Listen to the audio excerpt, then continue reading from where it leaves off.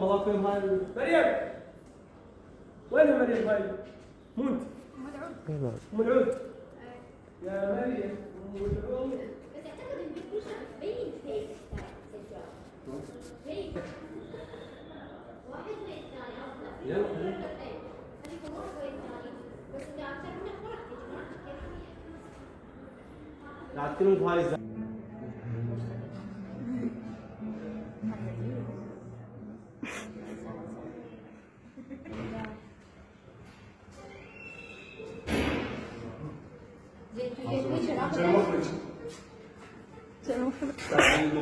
أهلا وسهلا. أنا أستاذ.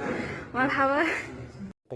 مدرسة فنون أدواتها الآلات ولغتها النغم لتخرج ألحانا عذبة تلامس قلوبا شغفتها الموسيقى. من بعيد يرى المكان اعتياديا تعليميا فحسب،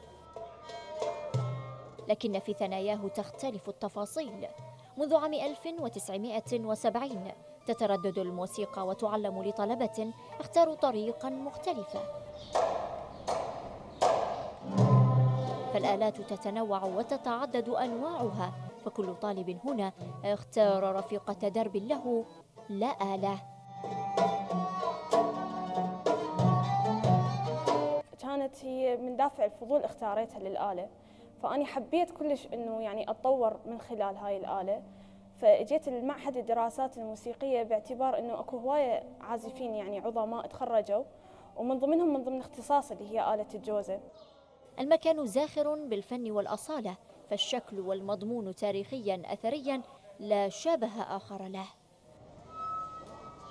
في الركن البعيد دون ضجيج لا عجب أن تسمع صوتا يحاول تحقيق طموح ومبتغى مرسوم بمخيلته.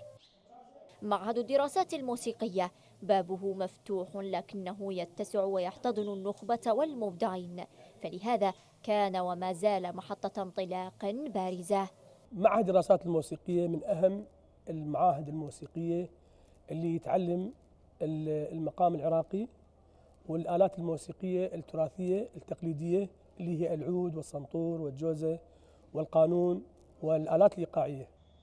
يكافح المعهد بأن يبقى شامخا يعلم غذاء الروح بوتر وريشة، فصار لابد من المحافظة عليه والارتقاء به وتطويره بعناية حكومية استثنائية تليق بمقامه. ولأن الكبار خرجوا قبل أن تتوج أسماؤهم بالمجد وتصافحهم الشهرة، ولأن مكانه ومكانته وتاريخه يفيض عراقة وأصالة، غدا معهد الدراسات الموسيقية منارة وصرحا ثقافيا تصاغ فيه الجماليات وتربى الذائقة تربية الجمال الرفيع. شروق الغانم، بغداد، العراقية الإخبارية.